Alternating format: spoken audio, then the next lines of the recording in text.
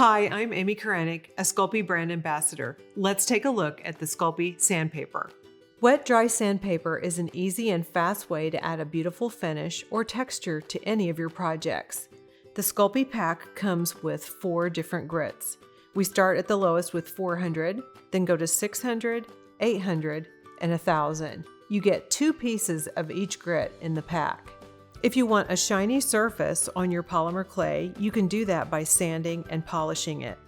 This piece has no glaze at all. It's just been sanded, polished, and buffed. Compare that to the backside, which is the typical matte look of oven-baked polymer. Sandpaper is also good if you have some scratches on the surface of a baked piece of clay and you want to smooth those out. This is a piece of baked Primo. Now, when I wet sand, I like to cut my pieces of sandpaper down smaller. One, it makes it more manageable in my hand. Also, when you work in curved surfaces, it helps you get your sandpaper down into the curved, recessed areas.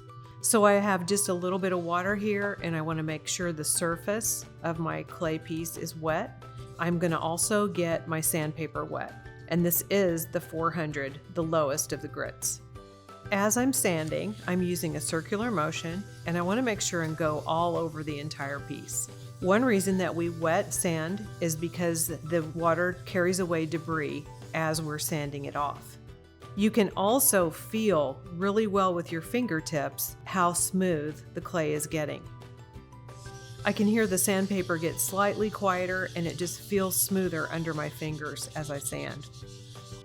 This is the 600. Always work in order. The 400 is a coarser grit, and if I've sanded through 600, 800, and 1000 and then go back to 400, it will produce more scratches. I'm getting it wet, and then I'll sand again in the same motion. Next, we'll go with the 800, getting it wet and then going again. Finally, we go to the 1000. Once you're done with your papers, just set them aside and let them dry completely. They're completely reusable time and time again until you feel like they're just not doing the job anymore. You'll want to make sure your piece is perfectly dry before going on to buffing and polishing.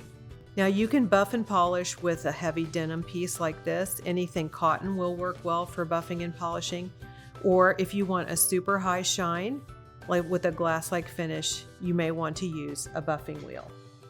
You can also use Sculpey Sandpaper in the 400 grit to create a texture on flat surfaces or even the backs of jewelry items.